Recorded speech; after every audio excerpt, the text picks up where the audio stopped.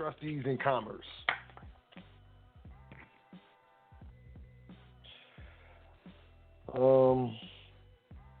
This is a great document, by the way. You know, this thing is wonderful. I'm gonna go through it. You know, it's written by a guy. His name is Carlton Weiss. You know, Weiss Concise Handbook. You know, the dude is cold. You know, he's an attorney and stuff. This is not available on the foundation, but if you are on the email list, I'll send it to y'all. Today's Wednesday, the 22nd. I will send it by Saturday, the 3rd. No, okay. I'm sorry, the 25th. The 25th. That's 22 days. Where my calendar at? Why am I tripping? We gotta have a calendar. So today's Wednesday the 22nd. I will get it on the 25th. I'll send it by Saturday the 25th. But this is a great document. It's really short and sweet, but it's great. So a while back, I was asked to write a few paragraphs on the specific advantages of living your life as a trustee in everything you do, as opposed to as a sovereign or a secure party. I was asked to cover all related bases. That included a comparison to show how each choice would hold up in commerce. What I came to realize is that there is only one way of life in its own category that enhances all others. All the others are actually disadvantages in commerce. Y'all know I'm talking about commerce. We know what it is. These are specific instrumentalities that are utilized in commerce. At that time, I had just developed a surefire way of piercing peer trusts. And I was on my way to finally uncovering the pivotal flaw in federal contract trusts.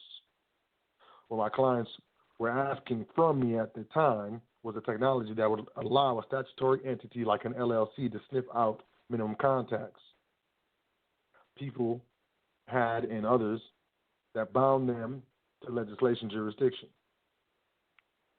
which would obviously allow the client to overcome the burden of establishing jurisdiction in their lawsuits against those people.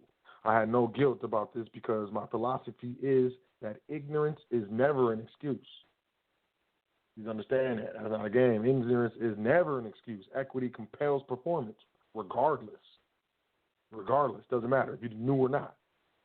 I only assisted with cases that involve people claiming to be sovereigns, secure parties, general managers, managing directors, and other players and entities like peer trusts, federal contract trusts, and corporations sole.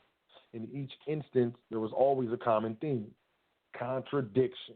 This is some toes pancaking. We about to get into this. Pay attention. I'm gonna go through it pretty quick. I'm gonna put some emphasis on. I mean, if you can understand what's going on, I'm gonna point out. It's really cold. Every single one of the people I cracked had contradicted themselves by their stated position compared to their actual position. Every single one of the non-statutory entities I helped pierce was a contradiction by its intended nature and its actual nature. Read the game, the intended nature and the actual nature. You're talking about form over substance. Definitely. Sovereigns were nothing more than sesquied trusts beneficiaries. Secure parties were nothing more than people with split personalities reflected in a commercial recording. Even though I understand where they went wrong, the way they went about it was so rife with contradictions, you got the sense they had a screw loose. They couldn't really be helped because they wanted to be respected as creditors when it suited their needs. Yet they wanted to be absolved of liability like wards of the court when the pressure was too much. Likewise, peer trusts were really nothing more than unincorporated associations calling themselves trusts. And more federal contract trusts were nothing more than partnerships wishing that they had the protection of federal courts under Article 1, Section 10 of the Federal Constitution. Check this out. They were contracts indeed, but they contradicted the original intent of the constitutional clause they sought protection under because the participants were exercising a franchise either during the formation or life of the trust. What does that mean? Exercising the franchise during the formation of the life. Y'all need to check that out. These strategies I was seeing and continue to see place all the eggs in one basket. The really sad thing is the basket was made to hold bread, so the eggs never make it to the market whole. The sovereigns I studied during my research initially had a good point and a good case law to back up the point. However, as I sicked my investigative dogs on the case, I peeled back one layer after another of confusion. I saw the truth about the strict confines of any sovereign's role in the nation or kingdom of which he is the head. I was somewhat transplanted into the mind of the judges who had decided the cases most sovereigns rely on today.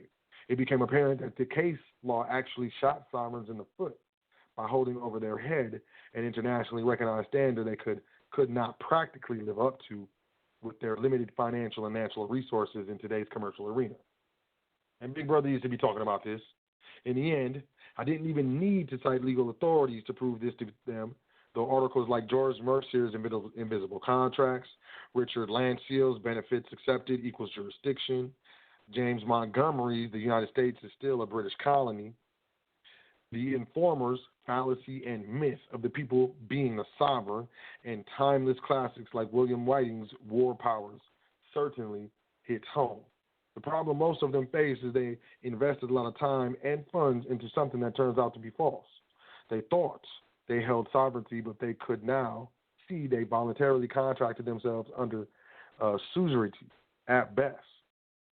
To be truly sovereign in olden times, you needed nothing less than a plot of land that you had absolute dominion over, a fortified castle strategically placed on the land as to protect you, the sovereign, a military to protect the castle and land, workers to do the maintenance on the castle and land, a stockpile of weapons high-powered enough to wipe out any threat inside or outside your castle and plot of land, a stockpile of gold or silver and other material or natural resources to pay the militia, workers, and sustain the economy that develops out of the daily needs people have when living in self-sustaining communities.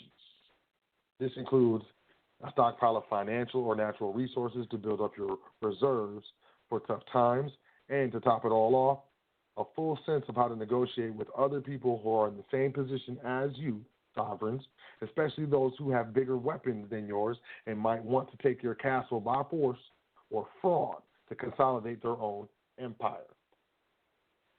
Today, not much has changed except for that what electronic technology has made possible. To be truly sovereign nowadays, you need nothing less than a full sense of, a plot of land that you have absolute title to.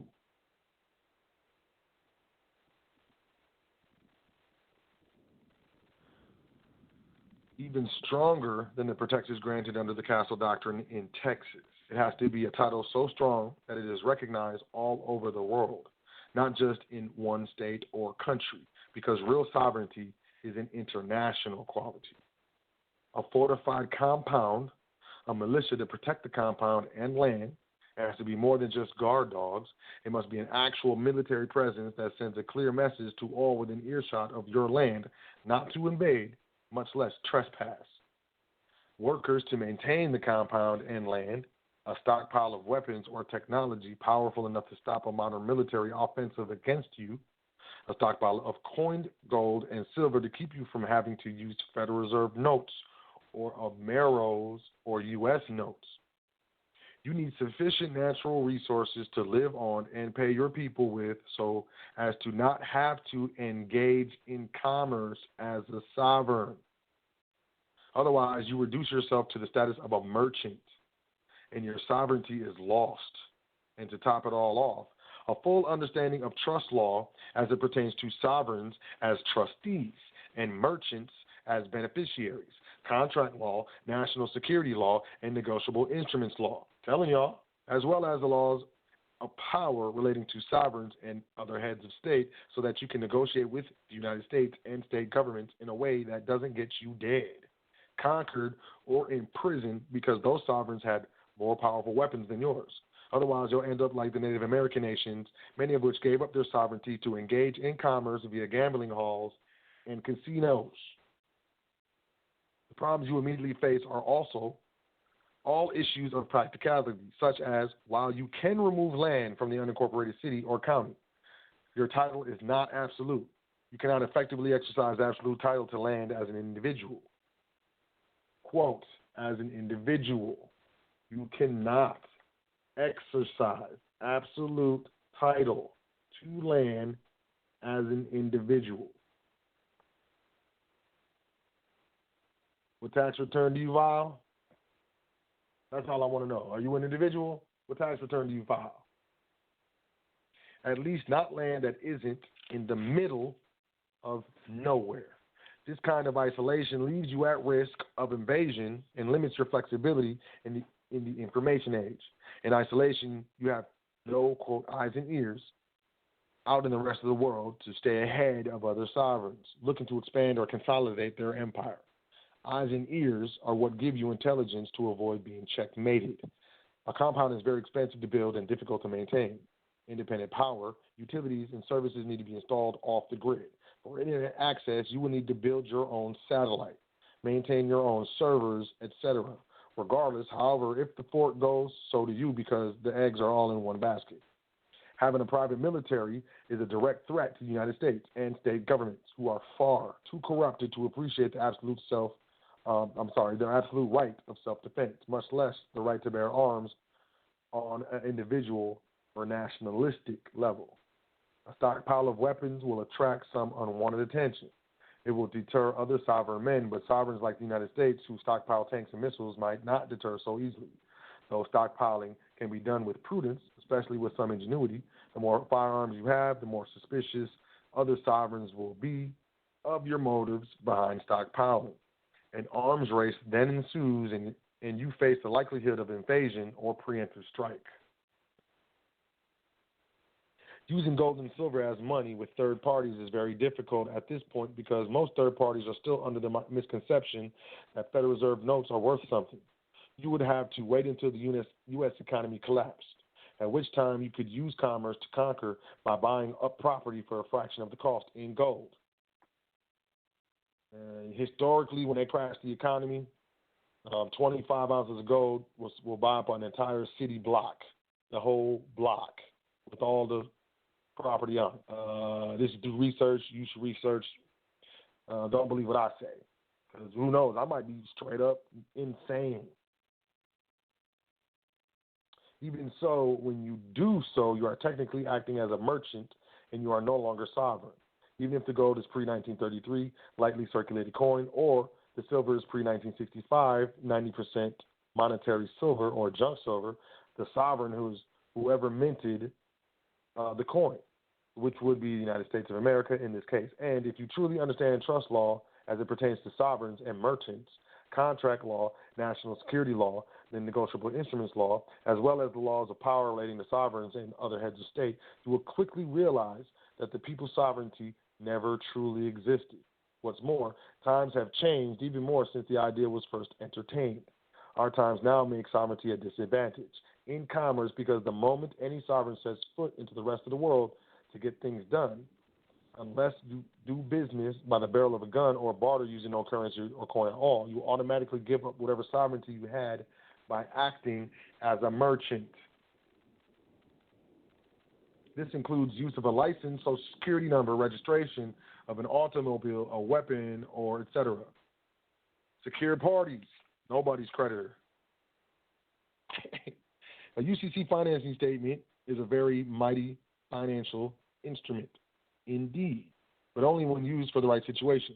Filing a lien on a trust you did not create and did not act as trustee for is inherently fraudulent because you're demanding a debt from an entity that owes you nothing.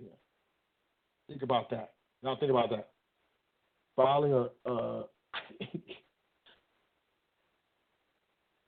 and I'm not taking away from the financing statement because I've seen it work. It works, but I mean ultimately what this guy is saying is absolutely true. If the U.S. government decided to issue you a Social Security account number and thereby create a revocable living trust naming you the beneficiary, you have no grounds to file a lien on that trust. No commercial gain was had at your expense, even if the trust is identified based on the name of the Sesquay Trust, such as using your name in all capital letters. Now check this out. Now you can talk about the energy that is exchanged for the Federal Reserve notes, and therefore, that is at your expense. The expense can be postulated or stipulated to be a lot of different things. To approach the commercial aspects of the creditor-debtor relationship, for instance, with the 1099 original issue document, without understanding the pivotal role trust law plays in all this is useless. The simplest way to say is that these are inadequate to fix the problem. A resignation, discharge of duty, disclaimer, or rejection of the beneficial interest are the only tools you need to remedy any issue relating to holding an unwanted position in trust. If you don't want the duty, then resign. If you don't want the benefit, then reject it. Filing to become a secured party creditor may not be in your best interest, but you should definitely research that on your own and know exactly what you're doing. Now, trustee in commerce, body armor for commercial warfare. Now, take all that and place a simple barrier between the sovereign or secure party and commerce. The barrier is called an express trust under the common law. Throw out the fragile sovereign crown and give the man a bulletproof trustee helmet. Now, instead of him owning a plot of land with a castle, having a royal army and a royal staff of workers, stockpiling his own weapons, having Federal Reserve notes or minted coins in his personal possession, and understanding all applicable bodies of law to protect himself, he now does things on behalf of a trust. Pay attention to this. This is crucial. This is crazy crucial. This is absolutely crazy crucial. He needs to eat, but does he buy directly from the store with his own Federal Reserve notes or silver dimes? No. He buys on behalf of the trust and works out a private contract with the trust that enables him to eat the trust food and offset his trustee compensation the trust owes him for carrying out his daily duties. Oh, he sees an advantage to owning a ranch in a certain jurisdiction, but does he make an offer to purchase in his own name and thereby acquire personal ownership of the property? No. He draws up an offer to purchase or offer to buy if the trust has gold on hand. The trust acquires the property, and the beneficiaries of that trust benefit from his wise decision.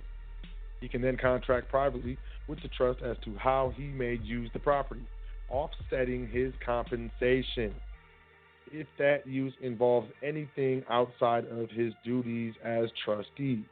Even so, there are ways to keep things strictly within trusteeship if you are really serious about living a trustee's life. Oh, man, this is great. This is great. You know what this is? Oh, this is great. Great. Let's say he needs to travel to the state to do the deal. Does he get behind the wheel of his motor vehicle with license in hand as though he's about to transport goods or passengers like any driver would? No. He's a trustee. Hey, y'all like to travel cats, pay attention.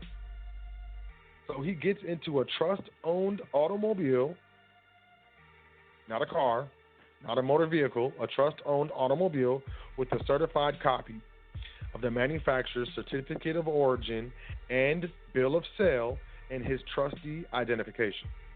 And he travels to that state on official trust business. Whatever contract he works out with the trust regarding offsetting things along the way with his trustee compensation is a private contract that is actually protected under Article 1, Section 10. There are no questions as to the validity of such blatant trust relationship. Who's asking? Another trust. The Constitution for the United States of America creates an express trust under the common law, as did the Articles of Confederation, to act as a limited governing entity. Article 4, Section 2, provides a clear protection to the trustees of such trusts to do business on behalf of the trust while not being subjected to foreign business entity laws. The protection is real. If the host state tried to stop you, the trust could actually sue and the state would likely settle out of courts. The state constitutions do the same for each individual territory.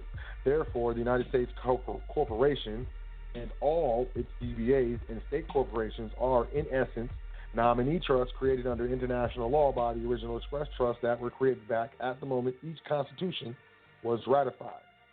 Anytime one of these entities has questions for an express trust under the common law, they are asking an equal to show deference, not legally required.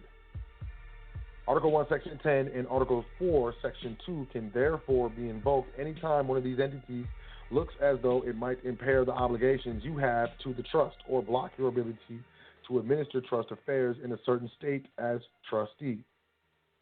There's no need to run or hide like you would with a pure trust or federal contract trust. There's no fear of even being prosecuted. How many constitutional courts do you see these days? It takes someone like you to invoke constitutional jurisdiction, and that's a power. The extent of the protection may not have dawned on you yet, so allow me to point out that your obligations to the trust are as extensive as everything you do in your daily life. A trustee in commerce eats, drinks, and sleeps wearing his trustee helmet. His clothes, his toothbrush, and even his pants are trust property. When he has Federal Reserve notes, Ameros, or U.S. notes, they are in the trust possession by virtue of his trusteeship, never in his personal possession. It's a lot simpler than some would expect. A simple document binder to hold your trustee identification, authorization papers, the trust's debit cards, and Federal Reserve notes is all that is ever in your possession. Possession is 9/10 of the law. Check this out. Everybody's heard this. But at the same time, it is only 9/10. There is 1/10 remaining for situations such as this. This document and the document binder has the trust name and private property notice embroidered on the outside to designate ownership. The notice also names the trustee authorized to have the document binder in his possession. At that point, everything within the document binder belongs to the trust. It may be in your possession as trustee. However, the contents are in the trust's possession to the extent of 9/10 of the law. They are in your personal possession only 1/10 by virtue of physically being on you. The law, 9/10 of the law. Owner's possession is 9/10 of the law. The law is the contract. Physical possession is the other 10. Probably didn't know that. You are absolved of any liability associated with having the debit card, or even worse, Federal Reserve notes. So for all intents and purposes, you have not reduced yourself to a merchant. I can go on like this, but I'm merely trying to illustrate a point. What good is it to be sovereign or a secure party creditor when your status is practically useless in everyday commerce? Not to mention, how well do you sleep knowing that the game isn't over until the king is checkmated? How many sovereigns are backed into a corner by the federal or state governments every year? On the other hand, the trustee sleeps well every night because he literally can't give up what he doesn't have and doesn't need to have. He owns nothing, yet he controls it all. As long as you maintain a strict separation in this manner, paying close attention to the nuances in your possession, you will avoid commingling of trust property, and you will never diminish the protection.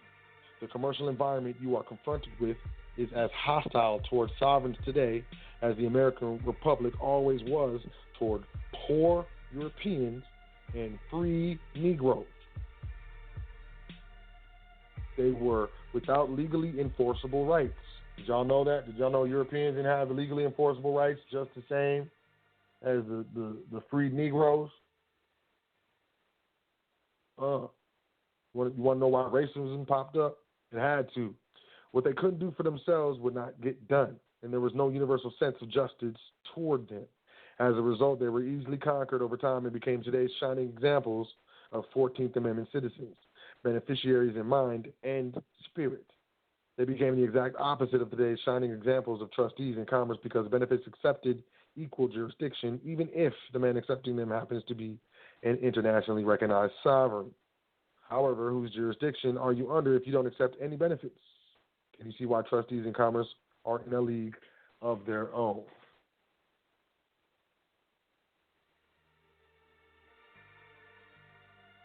So I want to point out specifically right here, I've done a lot of studying with regards to trust, with regards to trust information. But what this gentleman pointed out right here in this document was absolutely gold.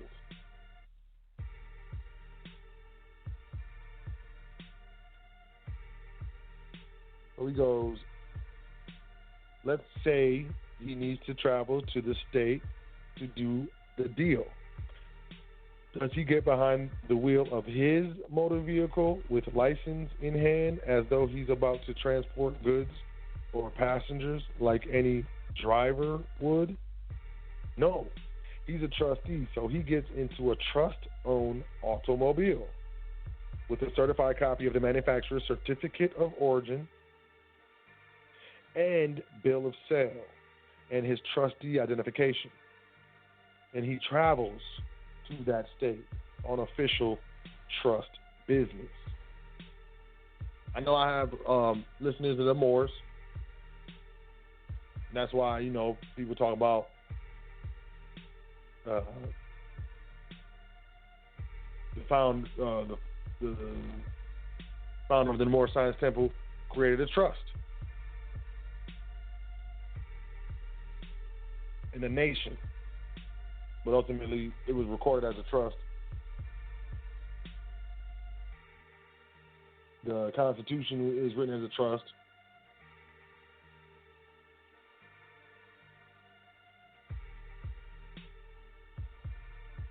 So this is very important. Whatever contract he works out with the trust regarding offsetting things along the way with his trustee compensation is a private contract that actually is protected under Article 1, Section 10. There are no questions as to the validity of such a blatant trust relationship. Who's asking another trust? The Constitution for the United States of America creates an express trust under the common law, as did Articles of the Confederation, to act as a limited government entity. A simple document binder to hold your trustee identification. That identification belongs to the trust.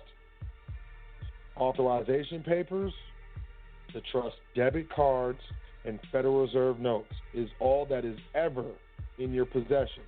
Possession is 9/10 of the law, but at the same time it is only 9/10. There is 1/10 remaining for situations such as this.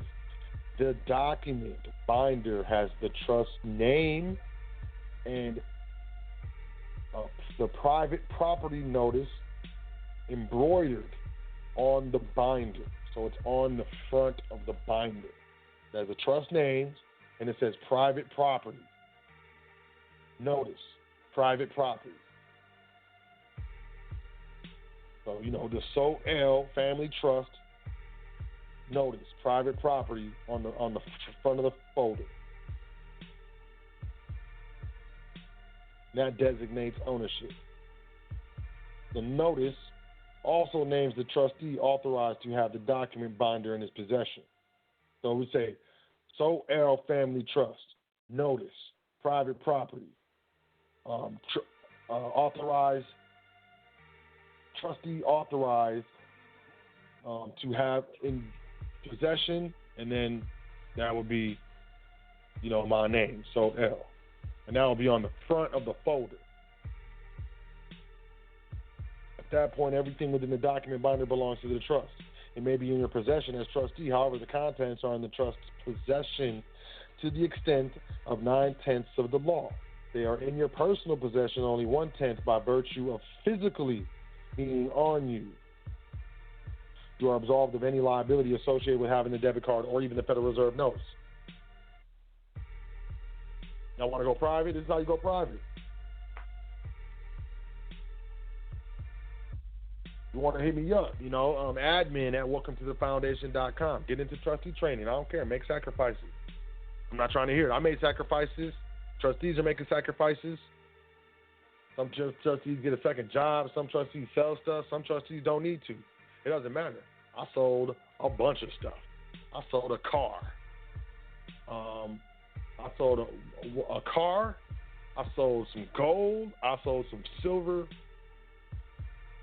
And I used a bunch of some other bread to get my private education. That's what I was willing to do. I'll go back and do it again. I'd sell everything if I had to.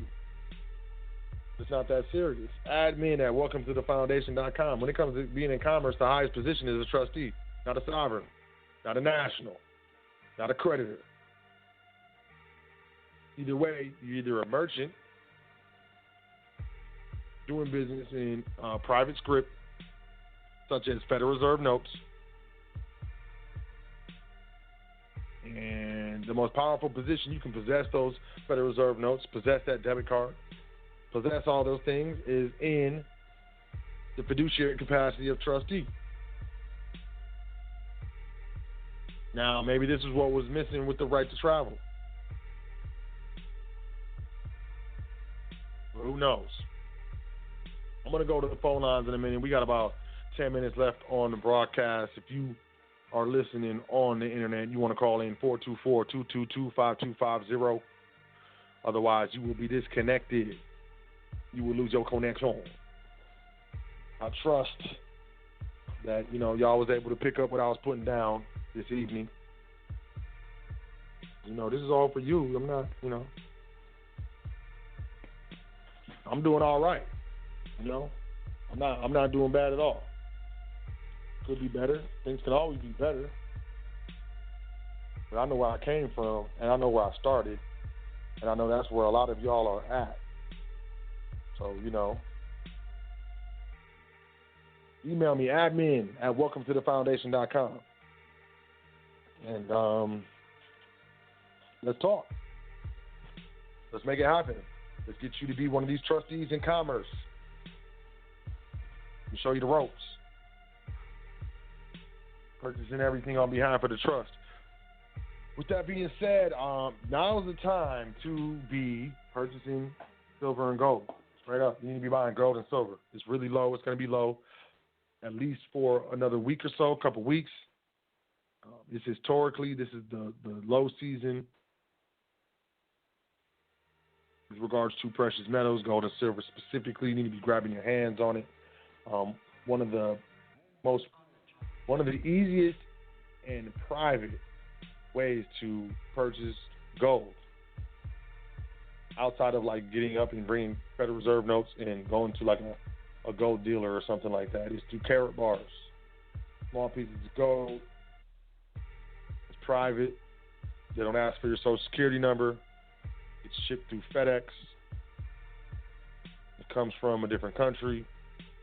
Just keep your mouth shut and you'll be all good. It's one of the only ways, it is actually the only way that I recommend using a debit card or a credit card online to purchase gold. It's through carat bars.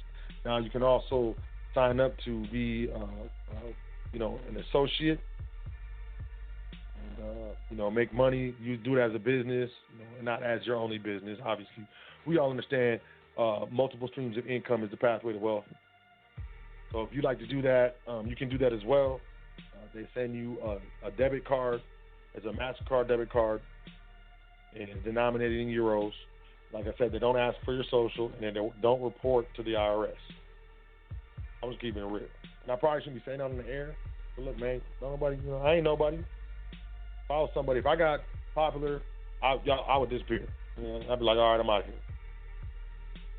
But like, this is the only private way to grab gold. You can get a gram of gold for like $60, $70. It's $20 a ship, so you just buy a few grams and then pay $20 to ship all of them because they'll hold them for free.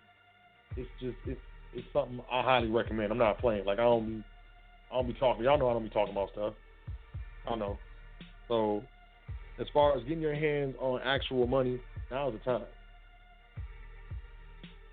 Now is actually the time. Right now. We about to hit this economic reset. It's going to be all bad for people, and I'm not even going because I'm not one of those the sky is falling type people. I'm not one of those extreme prepper type people. But at the same time, man, there is cause for concern. So admin at welcometothefoundation.com. I know Carrot Bars is like referral only, so if you want to get signed up as a customer or as an affiliate, just email me, admin at welcometothefoundation.com. I'll shoot you the link. I'll shoot you some information. I got this really, really informative video that the sister did in one of the upline as far as like how to get set up, what it means, blah, blah, blah. Really informative. I'll shoot you that. If you have any questions, I'll help you out with that. You know, it is what it is. I want to assist you to get into a better position financially and as far as with entity-wide structure. That's what I'm here for. So when it comes to setting up your proper entity, whether it's, you know, a public LLC, properly classified, your private estate, business trust, asset protection trust, family trust, private family foundation, getting your proper money, gold and silver, getting all that taken care of. That's what I'm here for. So admin at welcometothefoundation.com, and, you know, I'll definitely get you set up, as well as, you know, other ways of acquiring precious metals privately. Definitely, privately. But I definitely recommend getting small denominations of gold and silver. You know, not just ounces, so on, get grams, you know, get half ounce, get quarter ounces, so on and so forth. There's a higher premium on these, you know, types of, you know, products. But, you know, if there's ever a border situation, like what's going on in Venezuela, you know what I'm saying? Like, it's crazy. It's crazy going on in Venezuela right now. And people who do not have gold and silver are really losing. They're losing horribly. Families are losing horribly. Prostitution is crazy. Sexually transmitted diseases are crazy right now. Prostitution is crazy. Robbery is crazy. It's just crazy over there in Venezuela right now. If you got money, you can go to a different country. They'll give you a visa. You go to the country, you got money because you're going to add to their economy. If you don't have money, you're a refugee. And there's only certain countries that will allow you to come into their, you know, to their economies, to their, you know, zones. In a lot of instances, there's a difference between life and death. Let's just be honest. So protect yourself. You're in a position to, you know, hedge against what's coming. Ignorance is no excuse, but you cannot say that you're ignorant because So L told you. I spoke the truth. I'm telling you right now. So email me, admin at welcometothefoundation.com. Get your foundation properly structured. Get set up properly. Get your real money. Get your private estate. You know, get your public entities structured properly. Remove yourself from commerce, and, you know, wear the hat of a trustee. Be a trustee in commerce. I highly recommend it. Once again, 424-222-5250. I don't want you to get cut off. I'm going to go to the phone lines. Y'all press 1 if you got anything to say. If you got anything you want to get into. I'm going to go to, let's do this 929 area code. 4056. Area code 929-4056. Peace. What's your name? Where you calling from? Peace, Brother Saldell. This is Sister Yvette. Peace, community, kings and queens. Brother Saldell, that was an excellent message tonight. To the community, for those who are thinking about investing, I strongly suggest that you do invest.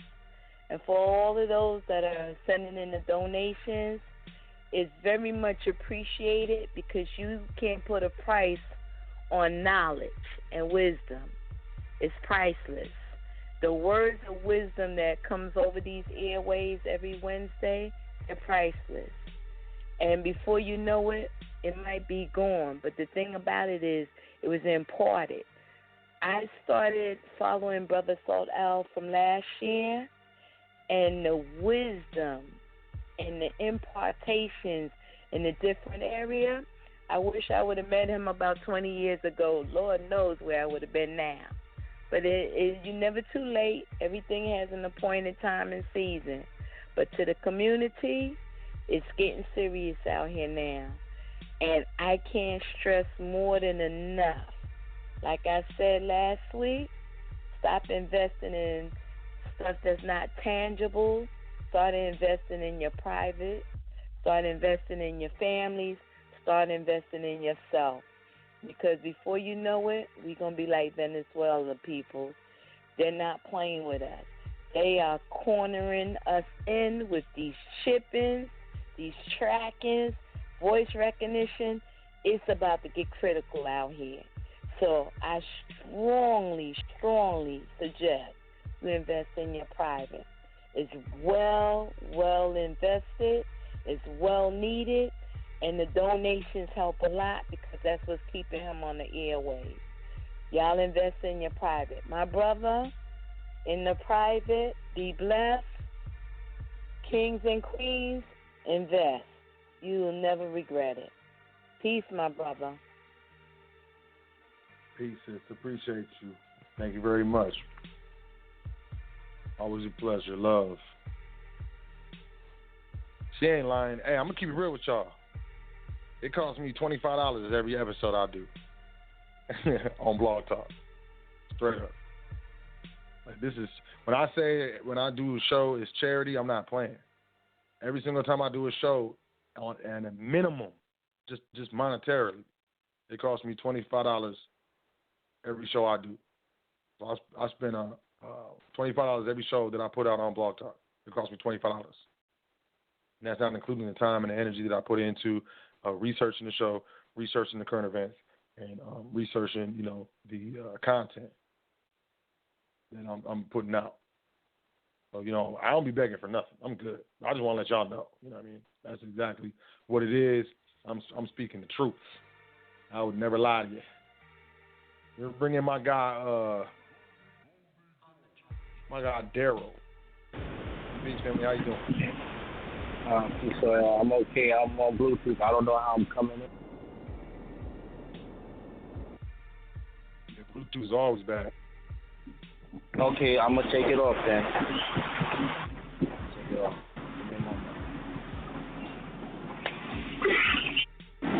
How you doing, Soil? Okay, there you go. How you doing, man? Yeah, I didn't know. I know they looked kind of like last week. Everything's all right. How's family? Yep. Everybody's well. Family's well. Well, yeah, I'm going over the water. So I don't know, like I'm gonna break up. But I'm gonna let you take it, and I'll talk to you in a few days. Okay. Okay, man. Peace and love. Peace to God.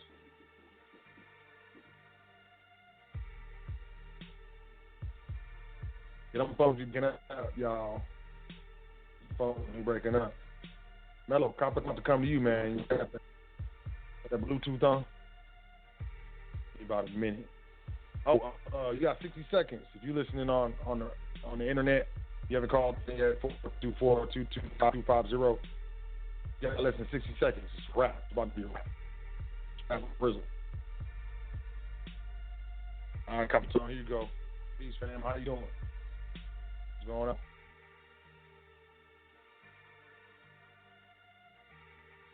Capitone? Hello. Yeah, I knew it. Switchboard's acting weird, y'all.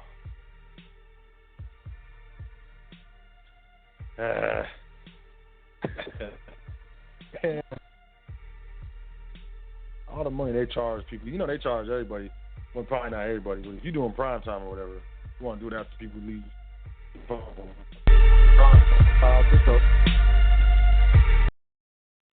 And they still got the stuff.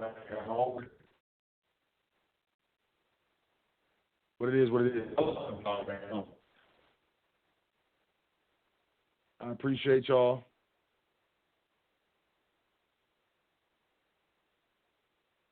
And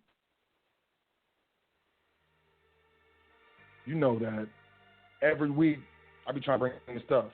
Trying to bring that, bring it out here. You know what I mean? So I trust that every person, going on with the switchboard. I see y'all in the queue. I'm trying. It's really not working. But the bottom line is, I'm out here trying to, not grind. I'm out here telling the truth and speaking with regards to the best position to be in commerce.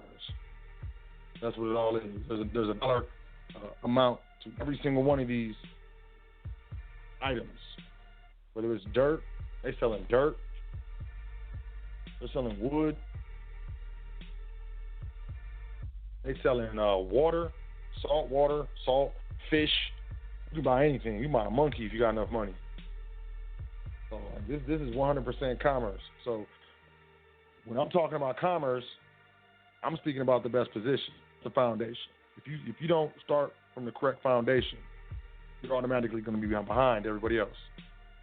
So my job as your brother is to do my best to solidify and help you solidify the foundation of information and knowledge that you have with regards to doing commerce, doing business. Specific instrumentalities, the best positions, classifications, all of that. The implications, the benefits, the liabilities. That's my thing. I don't lean to secured party. I don't lean to sovereignty. I don't even lean to nationality, even though, those who understand know what I'm on. But if you can tell, I speak the truth, and I know the truth. And nationality, sovereignty, and whether you're a secured party creditor or not, in my opinion, has nothing to do with commerce. What has to do is the business being done, what's being taken care of, whether it's paperwork, procedure, is it a purchase? Are you going to buy it? Are you purchasing it? Those are two different things. Is it a discharge? Because, Federal Reserve note, it's a note. So it's a promise to pay. So you're discharging the obligation to pay to a later date.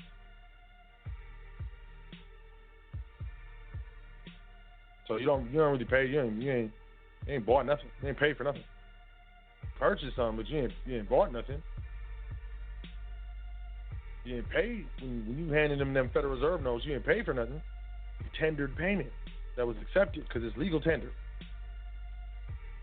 But you ain't buying. You ain't pay nothing. Paying it is just like canceling out the debt. So, okay, look, I'm gonna try this again. Let me try 804-4038. I saw that one pop up. Maybe 804-4038. Peace. What's your name? Where you calling from?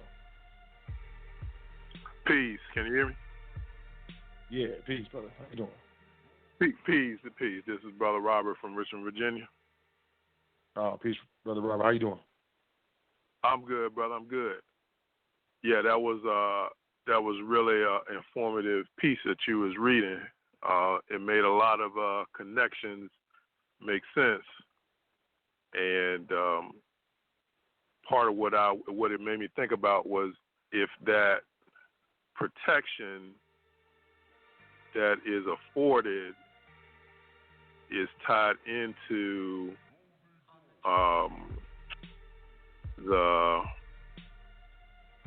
the privacy nature of the individual, in avoidance of the use of the word sovereign, was just, it just made me think about, what is that protection connected with? And then you also mentioned the commerce aspect. So I was just trying to tie those two together. I don't know if I'm making sense or not, but you got any thoughts on protection? Is that you're acting a contract. Okay, so that's private. And that's private. And you're putting them on notice that you the folders there for your trust property, not your own property. Taking the individual outside of it. You was going in and out a little bit right there. Can you repeat that last part again? I'm sorry. Yeah. So that has to do with the folder. You're holding that trust folder, and that puts on the notice that that's trust property. So even the Federal Reserve notes, that takes the individual outside of the situation, whereas, it's in the possession of the trustee, which is actually technically it's in possession of the trust. Right. Gotcha. So okay. Whatever contract that you have worked out with the trust with regards to compensation, offsetting, meals that you eat, or things that you're wearing, or drinks that you're able to drink or whatever. That private contract is protected under Article 1, Section 10. That's a contract between you as an individual and the trust.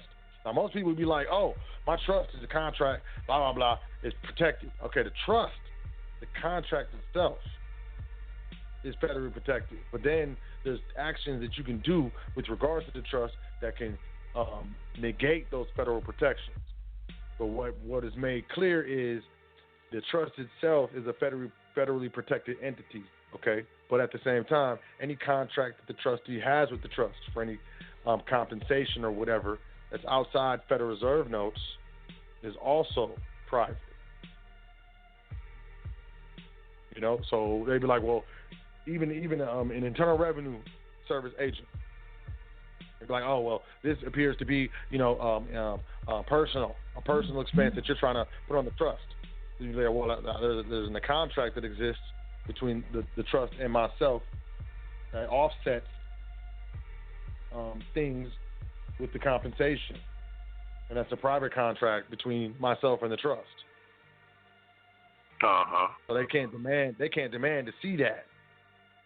Now, if you're smart enough, what you'll do is you'll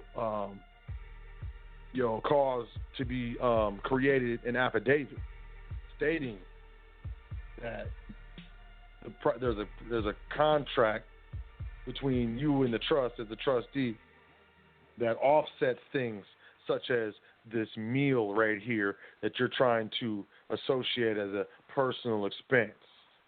And then you can give them that affidavit that's notarized under penalty of perjury because you have personal knowledge of that contract. But as far as them seeing the actual contract, I wouldn't give it to them.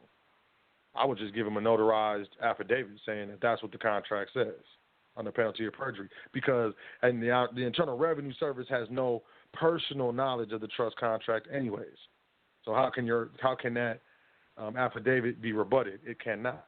Plus, on top of that, no Internal Revenue Service can rebut an affidavit because an Internal Revenue Service agent is acting under Article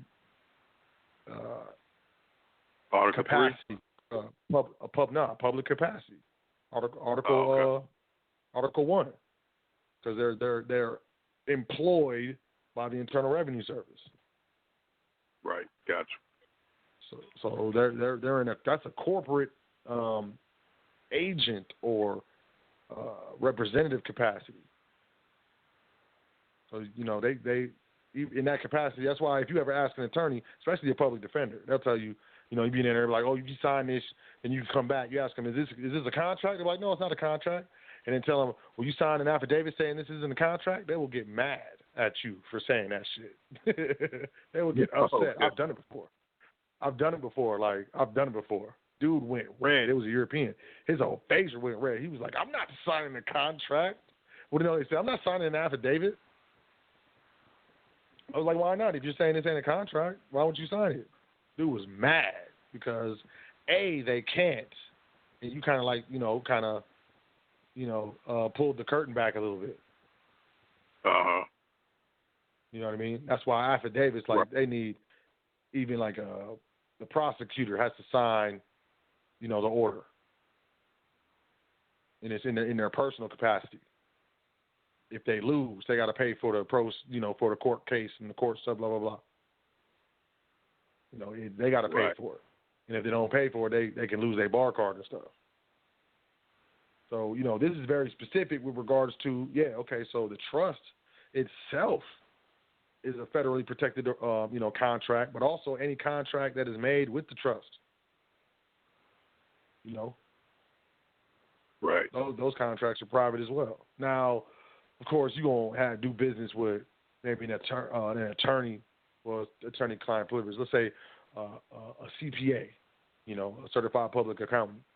Now, they might sign the non-disclosure under penalty of perjury or, under non-disclosure, and there may be a fee, like, $100,000. Just because it's private and it's under contract doesn't mean that they won't say something. You know what I mean? And them saying something is just a breach of contract.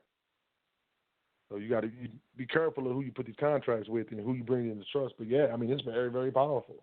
It's very powerful. That's why, none of my returns have been audited. None of them. None of my trust returns have been audited. The only return that was audited was the last individual return. Because I did some trust return in there, and the individual, there was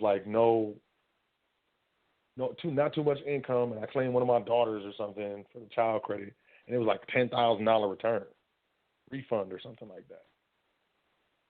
So, they audited the individual return, but it was the last individual return I ever did.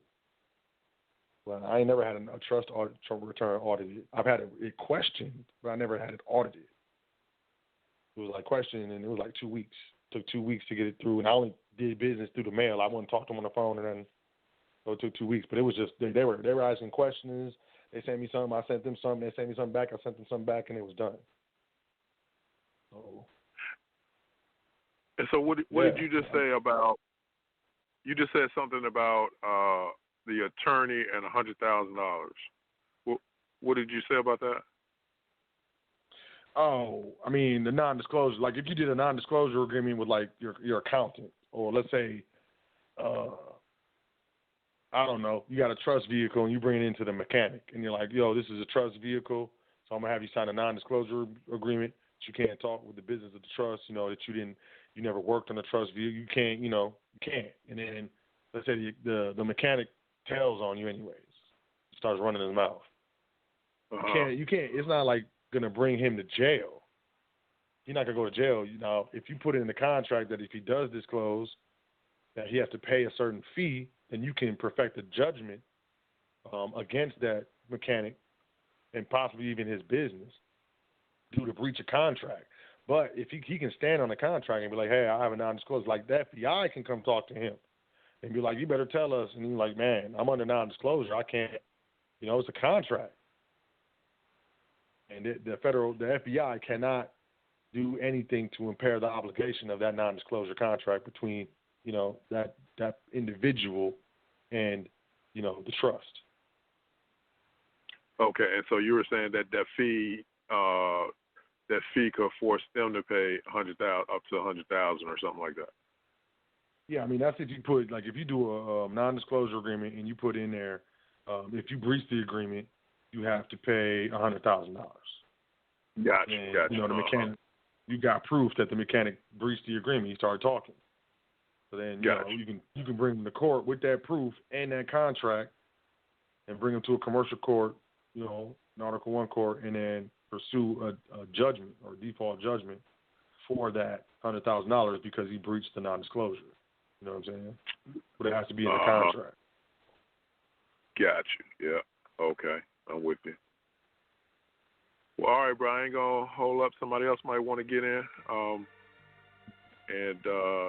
You reading that article about that chip that works with the body heat.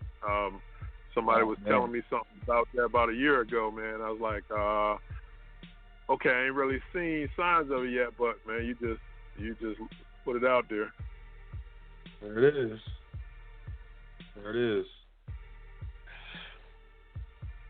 Be careful. We got to get, if we can't become independent, we're going to be dependent. And if we're dependent, we're going to have to do all that stuff. And that's right. Not free, so. Yeah, they're going to force that. We still have time. So keep working. Be diligent, consistency, and remain dedicated. We still have time. Absolutely. Well, appreciate everything you do, bro. No problem, man. My pleasure. All praises to the Creator and ancestors, man. You have a great evening and peace to God. Peace to the God. All right, Mello. I'm going to try you one more time. Mello. Mello Bay.